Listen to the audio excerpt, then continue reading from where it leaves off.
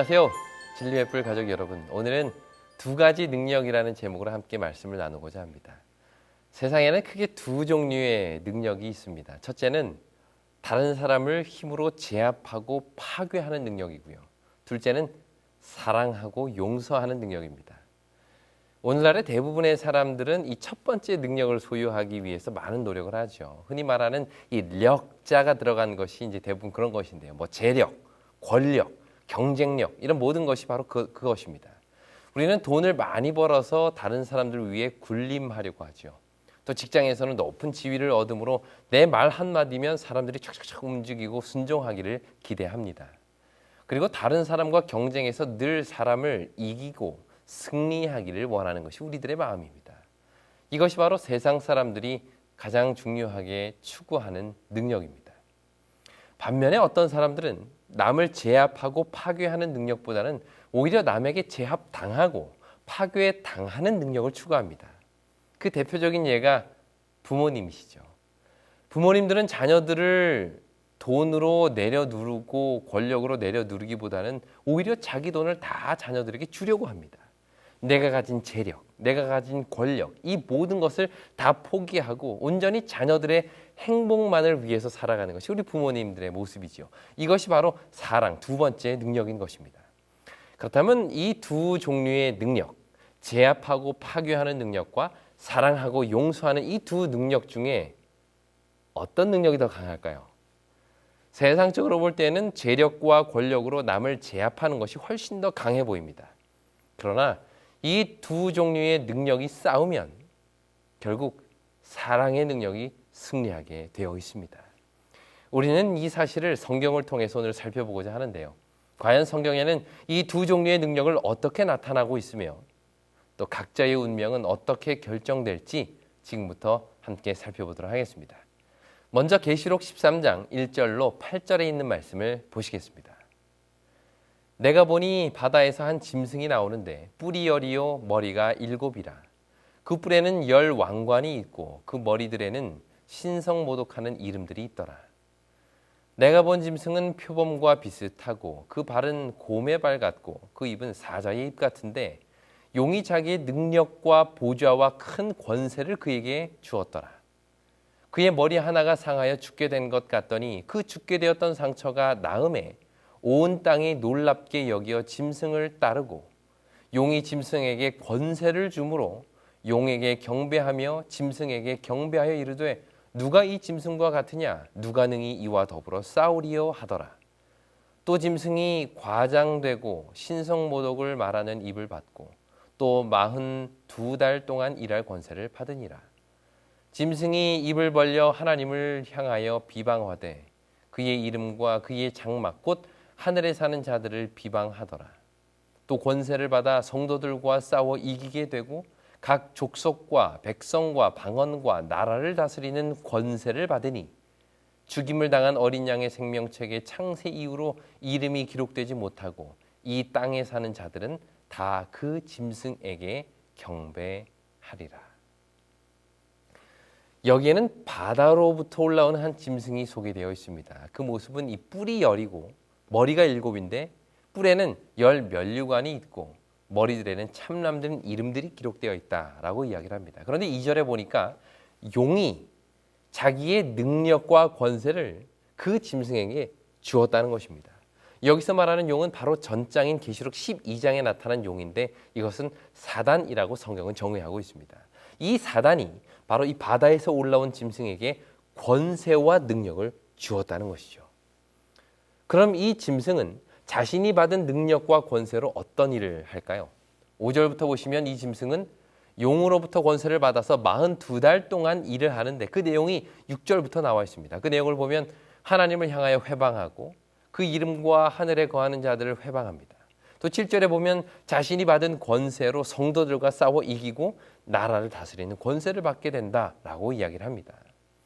이처럼 계시록 13장에 등장하는 이 짐승은 자신이 받은 권세로 성도들을 누르고 핍박하며 자신의 권력으로 여러 백성들과 방언과 나라들을 다스리는 일을 하는 것입니다. 이것이 바로 용과 그의 짐승들이 하는 일이죠. 한마디로 그들이 가진 힘과 권세는 바로 파괴하고 억압하고 모든 것을 압제하는 능력, 이것이 그들이 추구하는 능력입니다. 반면에 계시록 5장을 보시면 또 다른 능력을 가진 존재가 나오는데요. 5장 12절에 있는 말씀을 제가 읽겠습니다. 큰 음성으로 가로되 죽임을 당하신 어린 양이 능력과 부와 지혜와 힘과 존귀와 영광과 찬송을 받으시기에 합당하도다 하더라. 여기 보니까 어린 양이 나옵니다. 우리는 보통 양이라고 하면 어떤 이미지가 떠오르죠? 좀 순하고 착하고 좀 연약한 느낌, 이런 게 이제 양을 봤을 때 보통 느끼는 느낌인데요. 어린이 동화책 같은 걸 읽어보면 가장 많이 등장하는 동물 중에 하나가 바로 양입니다. 그런데 가만히 보시면 양은 단 한 번도 누구를 공격하거나 혹은 죽이거나 뭐 다른 동물 위에 군림하거나 잡아먹거나 이런 동물로 나오지 않습니다. 오히려 양은 괴롭힘을 당하고 잡아먹힘을 당하는 동물로 나오죠. 이처럼 양은 온순하고 연약한 동물입니다. 그런데 12절에 보면 그 양은 그냥 양도 아니고 어떤 양이라고요? 어린 양이라고 이야기를 합니다. 그러니 그 양은 더 연약할 수밖에 없죠. 하지만 성경은 그 어린 양에게 힘이 있다고 또 능력이 있다고 말합니다.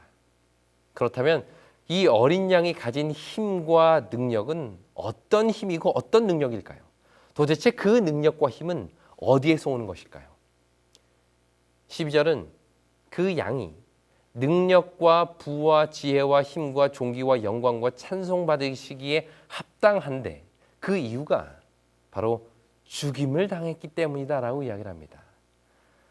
보통은 남을 죽이는 게 능력이고 힘인데 오히려 여기서는 죽임을 당한 어린 양에게 힘과 능력이 있다라고 이야기를 하는 것이죠. 그렇다면 우리는 도대체 이 말을 어떻게 이해해야 할까요? 이 말씀을 이해하기 위해서는 먼저 여기서 말하는 어린 양이 누구인지를 알아야 합니다. 그것은 우리가 잘 알듯이 예수 그리스도를 나타내죠. 지금 모든 천사들이 큰 음성으로 어린 양이신 예수 그리스도를 찬양하고 있는데 그 이유가 어린 양이 죽임을 당했기 때문이라는 것입니다. 다시 말해 어린 양이 가진 능력과 힘과 부와 영광은 남을 죽임으로 얻는 것이 아니라 오히려 죽임을 당할 때 얻게 되는 것이었습니다. 그런데 우리는 이 말이 잘 이해가 되지 않죠. 왜냐하면 보통 능력이라고 하면 누군가를 공격할 수 있는 힘을 뜻하는데 여기서는 오히려 공격을 받고 죽임을 당하는 것, 그것이 능력이라고 말하고 있기 때문입니다. 한마디로 어린 양이 가지고 있는 능력, 즉 예수님께서 십자가에서 보이신 능력은 바로 해를 당하는 능력입니다. 누군가에게 해를 끼치는 능력이 아니라 누군가가 나에게 해를 끼칠 때 그 해를 받고 감내할 수 있는 것이 바로 이 어린 양이 가지고 있는 능력이라는 것이죠.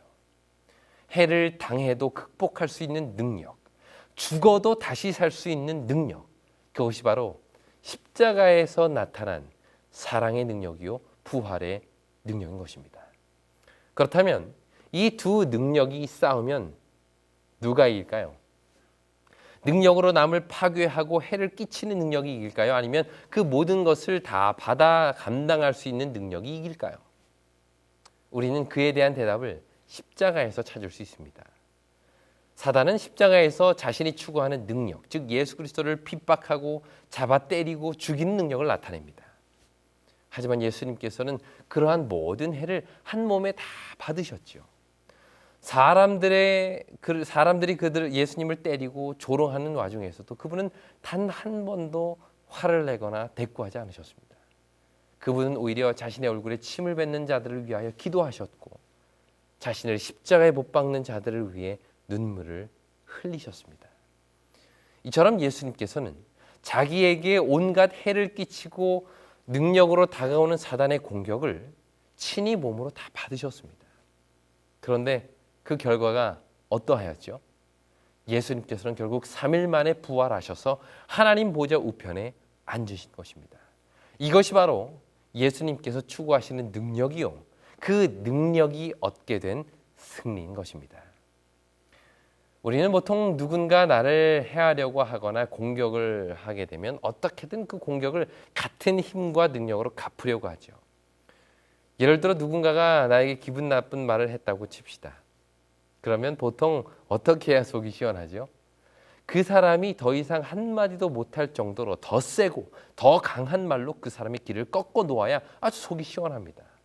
내가 당한 것보다 더 많이 갚아주고 내가 받은 수치보다 상대를 더 수치스럽게 만들어야 속이 시원한 게 보통 사람들의 마음입니다. 그래야 내가 이겼다라고 생각을 하죠. 보통 부모들은 자녀들을 가르칠 때 뭐라고 가르칩니까? 어디서 맞고 오지 말고 누가 너 때리면 너도 더 때리고 와라 라고 이야기를 하죠. 지지 말라는 것입니다. 너의 힘과 능력으로 상대방을 제압하고 내 말에 복종하도록 하라는 것이 오늘날 부모들이 대부분 가르치는 교육입니다. 그 결과 내가 누군가를 힘으로 제압했을 때 우리는 만족을 얻게 되는 것입니다. 그런데 사실 남에게 해를 끼칠 줄 아는 능력보다 더 큰 능력은 남이 나에게 해를 끼칠 때 그것을 다 받을 줄 아는 능력, 그것이 더 큰 능력임을 우리는 알아야 합니다. 왜냐하면 그 모든 해로부터 충분히 극복할 수 있음을 알기 때문이죠. 5살짜리 어린아이가 아빠와 태권도 시합을 합니다. 처음부터 끝날 때까지 아들은 계속해서 아버지를 공격하죠. 앞차기, 뒤차기, 돌려차기, 자기가 할 수 있는 온갖 기술을 다 써서 아버지를 공격합니다. 그런데 아버지는 단 한 번도 아들을 공격하지 않고 계속 맞고만 있습니다. 여기 때리면 여기 맞고 저기 때리면 저기 맞고 계속해서 얻어맞기만 하는 것이죠. 그렇다면 이 아버지가 자신에게 해를 가하는 아들에게 공격을 통해 그 아들을 제압하는 대신 그 모든 공격을 다 몸으로 받는 이유는 무엇일까요? 이 아버지에게는 그 모든 공격을 받고도 이겨낼 수 있는 능력이 있기 때문입니다. 5살짜리 아이가 아무리 때려도 그 모든 해를 다 극복할 수 있기 때문인 것이죠. 이처럼 해를 가하는 능력보다 더 큰 능력은 그 해를 온몸으로 받아 누릴 수 있는, 받아 감당할 수 있는 능력인 것입니다. 우리는 이러한 사실을 예수님의 모습을 통해서 다시 한번 확인할 수 있는데요. 예수님께서 겟세마네에서 기도하고 계실 때 제사장들의 군인들이 구분을 잡으러 왔습니다. 이때 베드로가 자기의 검으로 거기에 온 군사 중 한 명이 이 말고의 길을 내려치지요. 그런데 바로 그때 예수님께서는 이런 말씀을 하십니다. 마태복음 26장 52절과 53절입니다. 이에 예수께서 이르시되 내 검을 도로 집에 꽂으라. 검을 가지는 자는 다 검으로 망하느니라. 내가 내 아버지께 구하여 지금 12영 더 되는 천사를 보내시게 할 수 없는 줄로 아느냐. 이 말은 예수님께서 한마디 말씀만 하시면 하늘에 12영 더 되는 천사들이 내려와서 이 사람들을 다 죽게 만들 수도 있다는 이야기입니다. 여기서 말하는 12영이라는 것은 12군단을 뜻하는데요. 그러니 어마어마한 수의 천사들이 내려와서 그 일을 할 수 있는 권세가 내게 없는 줄로 아느냐라고 물으신 것입니다. 그러나 예수님께서는 그 모든 해를 친히 감당하셨습니다. 왜냐하면 그 길이야말로 백성들을 살리는 길이기 때문이죠.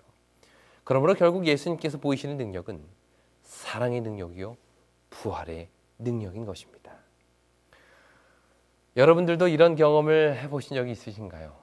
내가 누군가에게 해를 끼치고 나쁜 소리하고 그 사람을 공격했는데 그 사람이 그 공격을 다 받으면서 아무런 대꾸도 하지 않을 때 여러분은 어떤 마음이 드십니까?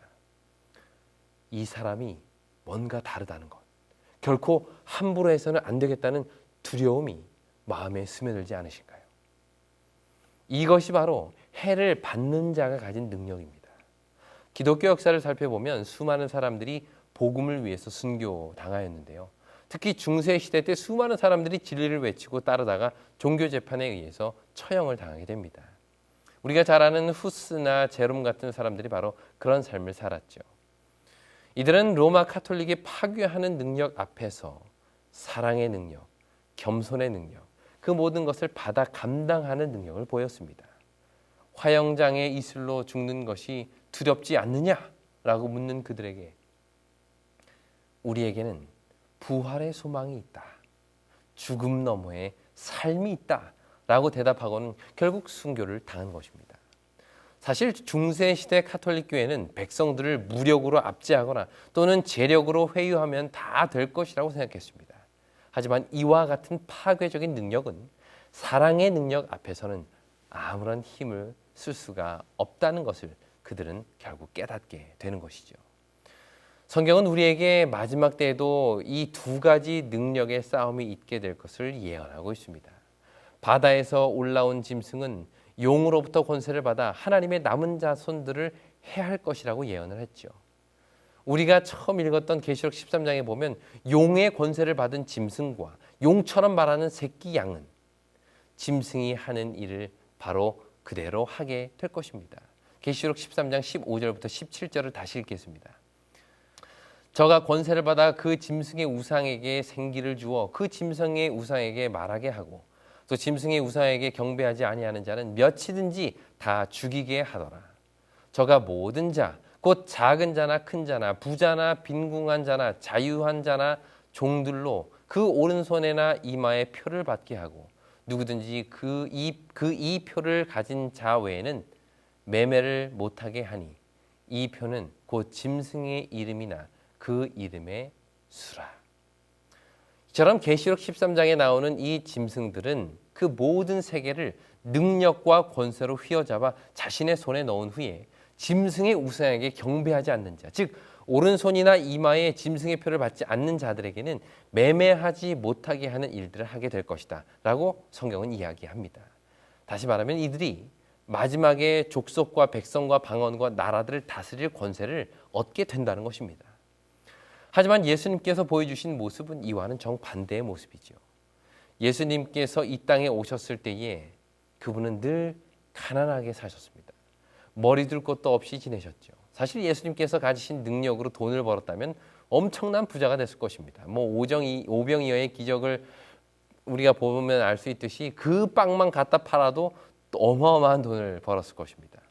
또 요즘 돈을 가장 많이 버는 직업 중에 하나가 의사인데 38년 동안 안진뱅이로 있던 사람을 일으키고 소경을 보게 하고 죽은 자를 살리는 능력이 있다면 아마 오늘날 빌 게이츠보다 비교할 수 없을 정도로 많은 돈을 벌 수가 있을 것입니다. 하지만 예수님께서는 자신의 능력을 절대 돈을 버는 데에 사용하지 않으셨습니다. 누군가 그런 말을 하더라고요. 예수님의 옷에는 주머니가 없었다고. 예수님께서 사용하신 주머니는 딱 하나 있었는데 그것은 바로 이 물고기의 입이었다는 이야기를 들었습니다.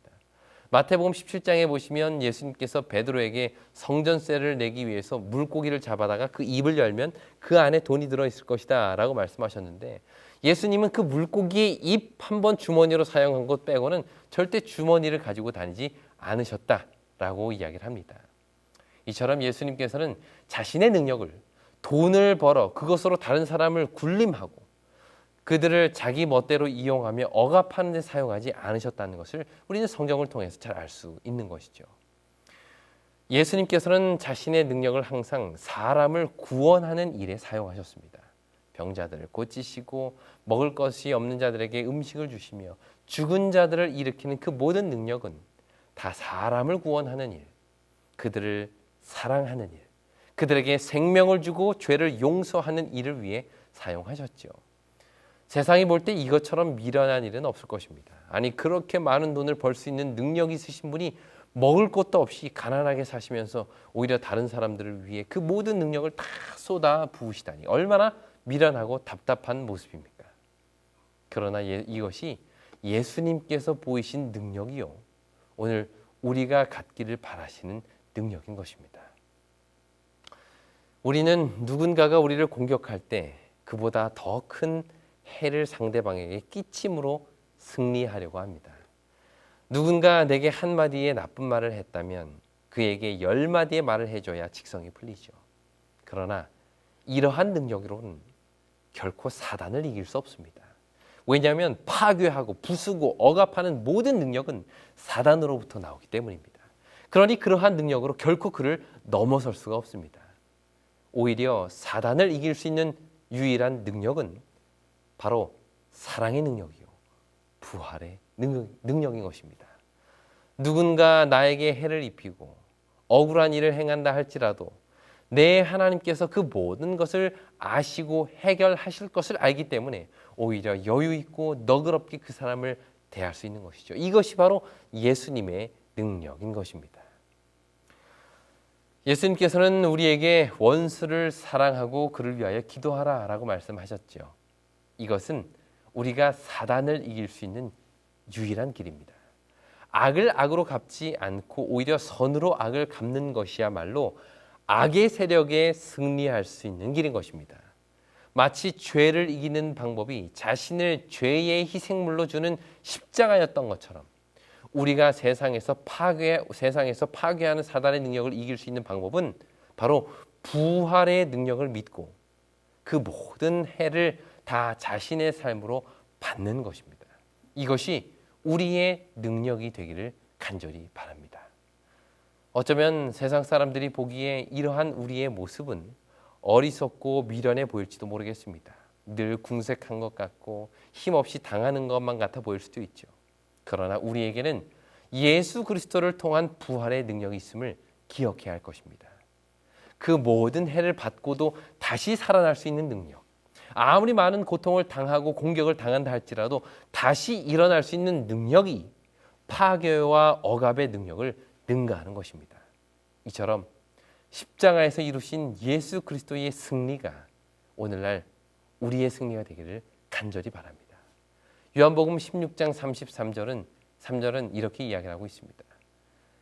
이것을 너희에게 이름은 너희로 내 안에서 평안을 누리게 하려 함이라. 세상에서는 너희가 환난을 당하나 담대하라. 내가 세상을 이기었노라 하시니라. 이것이 바로 우리가 추구해야 할 힘인 것입니다. 이 세상에서는 파괴하고 억압하는 사단의 세력으로 인해 우리가 환난을 당하게 됩니다. 하지만 오히려 우리는 그 속에서 당당할 수 있는 이유는 이미 예수님께서는 그보다 더 큰 능력, 즉 사랑의 능력과 부활의 능력으로 십자가에서 승리하셨기 때문이죠. 그 승리가 우리의 승리가 될 수 있는 것입니다. 그러므로 우리는 어떠한 상황에서도 담대할 수 있는 것이죠. 예수님께서 세상을 이긴 그 능력은 사랑과 부활의 능력이었습니다. 그리고 오직 그 능력으로만 우리는 사단을 이길 수가 있습니다. 오늘 우리가 바로 그러한 능력을 추구하게 되기를 간절히 바랍니다. 누구의 마음을 상하게 하고 삶을 파괴하려고 들 때 우리에게는 그러한 모든 해함으로부터 구원해 주시는 예수님이 계심을 믿고 담대히 나아가시길 바랍니다. 이것이 우리가 세상을 이길 수 있는 유일한 방법입니다. 세상 사람들과 같이 싸우지 마십시오.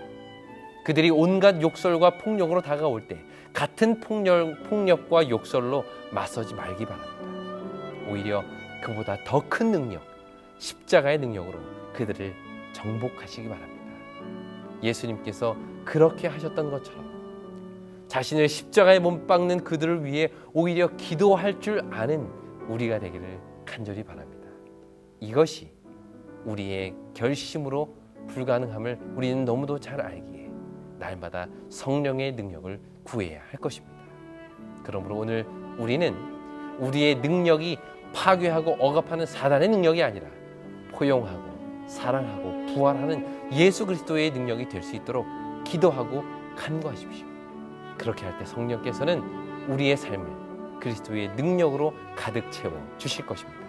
아무쪼록 이러한 능력으로 날마다 악으로부터 승리하는 우리 모두가 되길 바라며 오늘 말씀을 마치겠습니다. 진리횃불 웹사이트에는 이 시대를 위한 하나님의 말씀이 준비되어 있습니다. 다음과 같은 성경 연구 자료를 통해서 하나님을 더 깊이 만나게 되길 간절히 바랍니다.